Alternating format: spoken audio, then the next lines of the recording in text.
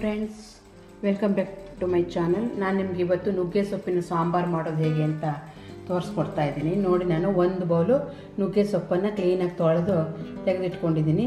ಈಗ 100 ಗ್ರಾಮು ತೊಗರಿಬೇಳೆನ ಚೆನ್ನಾಗಿ ತೊಳೆದು ನೀರು ಮತ್ತು ಅರಿಶಿನ ಪುಡಿ ಎಣ್ಣೆ ಹಾಕಿಟ್ಟಿದ್ದೀನಿ. ಇವಾಗ ಇದನ್ನು 3 ವಿಷಲ್ ತರಿಸ್ಕೊಳ್ಳೋಣ. ಇವಾಗ ರುಬ್ಬೋದಕ್ಕೆ 1 ಕಪ್ಪು ತೆಂಗಿನ ತುರಿ ಹಾಕೋತಾ ಇದ್ದೀನಿ.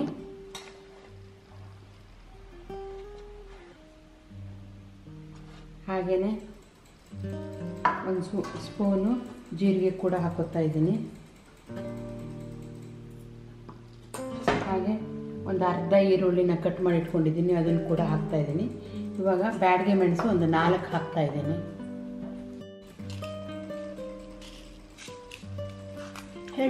ಬ್ಯಾಡಗೆ ಮೆಣಸು 4 ಹಾಕಿದ್ದೀನಿ. ಇವಾಗ ಇದನ್ನು ರುಬ್ಕೊಳ್ಳೋಣ. ಇವಾಗ ನಾವು ಒಗ್ಗರಣೆಗೆ ರೆಡಿ ಮಾಡ್ಕೊಳ್ಳೋಣ. ಒಗ್ಗರಣೆಗೆ ಬಾಣಲೆ ಬಿಸಿ ಆಗಿದೆ, ಅದಕ್ಕೆ 3 ಚಮಚ ಎಣ್ಣೆ ಹಾಕಿದ್ದೀನಿ. ಎಣ್ಣೆ ಕೂಡ ಬಿಸಿ ಆಗಿದೆ, ಅದಕ್ಕೆ ಇವಾಗ ಸಾಸಿವೆ ಹಾಕ್ತಾ ಇದ್ದೀನಿ.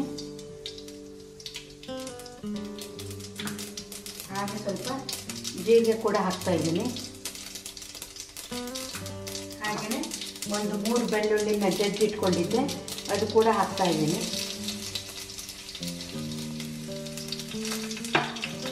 ಹಾಗೆ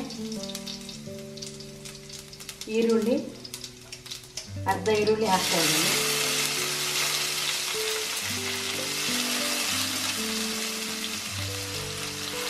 ನಾನು ಇದಕ್ಕೆ ತೊಗರಿಬೇಳೆನ ಬೇಯಿಸ್ಕೊಂಡಿದ್ದೀನಿ. ನೀವು ತೊಗರಿಬೇಳೆ ಬದಲಿಗೆ ಹೆಸರುಬೇಳೆ ಕೂಡ ಹಾಕ್ಕೋಬೋದು. 1 ಹಸಿಮೆಣಸು ಹಾಕ್ತಾ ಇದ್ದೀನಿ.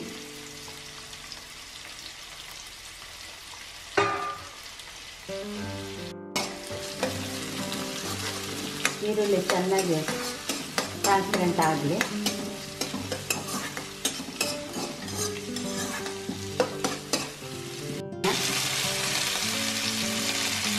ಇವಾಗ ಟೊಮೆಟೊ ಕೂಡ ಹಾಕ್ತಾ ಇದ್ದೀನಿ.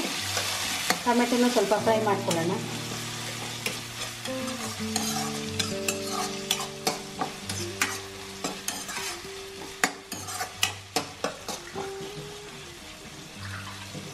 ಸೊಪ್ಪನ್ನು ಹಾಕ್ತಾ ಇದ್ದೀನಿ. ಇದನ್ನೊಂದು 5 ನಿಮಿಷಗಳ ಕಾಲ ಹೀಗೆ ಫ್ರೈ ಮಾಡ್ಕೊಳ್ಳೋಣ.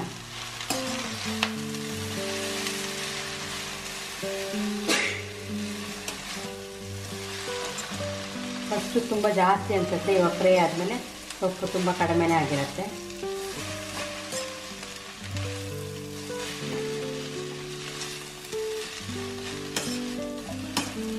ಇವಾಗ ಸ್ವಲ್ಪ ಹಸಿ ವಾಸನೆ ಎಲ್ಲ ಹೋಗಲಿ ಸೊಪ್ಪಿಂದ, ಅಲ್ಲಿವರೆಗೆ ಸ್ವಲ್ಪ ಫ್ರೈ ಮಾಡ್ಕೊಳ್ಳೋಣ.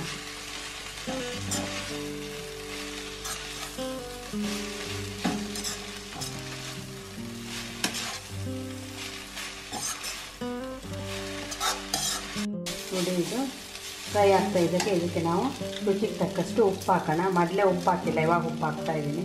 ಯಾಕೆಂದರೆ ಸೊಪ್ಪು ಅವಾಗ ಜಾಸ್ತಿ ಇದೆ ಅಂತ ಉಪ್ಪು ಜಾಸ್ತಿ ಆಗಿಬಿಡುತ್ತೆ. ಇವಾಗ ಸೊಪ್ಪು ನೋಡಿಕೊಂಡು ಉಪ್ಪು ಹಾಕ್ಕೋಬೇಕು.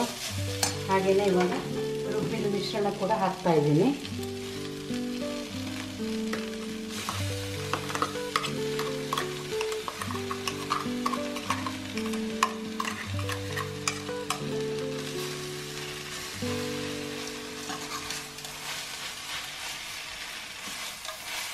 ಇವಾಗ ಮಿಶ್ರಣ ಇದಕ್ಕೆಲ್ಲ ಸೊಪ್ಪಿಗೆಲ್ಲ ಸರಿ ಆದ ತಕ್ಷಣ ನಾವು ಆಮೇಲೆ ನೀರು ಹಾಕ್ಕೊಳ್ಳೋಣ. ನೀರು ಹಾಕೋತಾ ಇದ್ದೀನಿ. ಇವಾಗ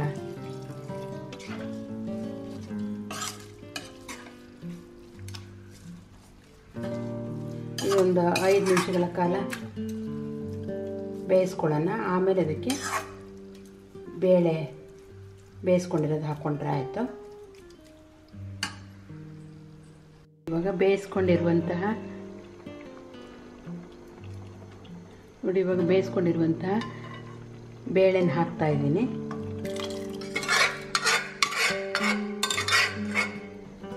ಇವಾಗ ನಾವು ಇದನ್ನು ಒಂದು 5 ನಿಮಿಷಗಳ ಕಾಲ ಪುನಃ ಬೇಯಿಸ್ಕೊಳ್ಳೋಣ.